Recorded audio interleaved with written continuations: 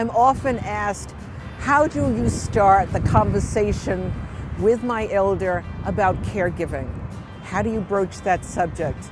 Well, it's a very sensitive subject and it should be broached very carefully. Often the senior is so involved with what they have to deal with.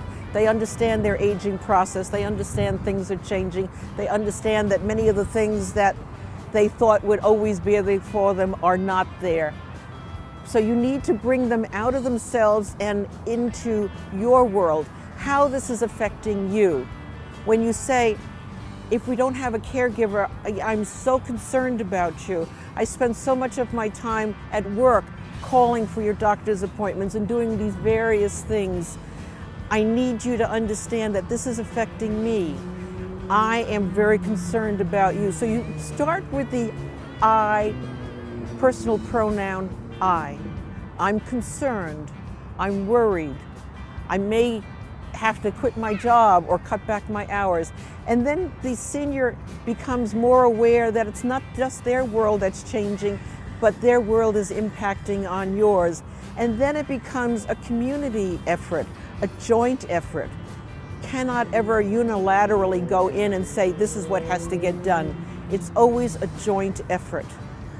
So when you say how you're affected and in what ways, then it becomes a joint effort and you go over what you think might be the issues or problems, and they'll tell you what they think the issues or problems are, and they may be worlds apart.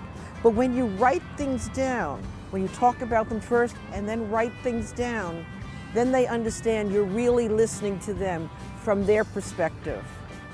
And harmony starts to prevail. And you can work through, this is what might need to work, or this is what needs to get addressed, this is what needs to get addressed, but be as specific as possible.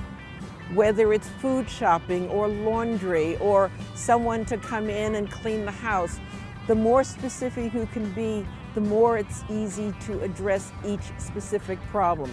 And it may come to the point where you need somebody there a couple of hours a day or a couple of days a week or 24/7. But you work at it in increments, and that's always the best way. This way, your senior, your elder, your loved one knows that you really care about them. You're not taking over their life.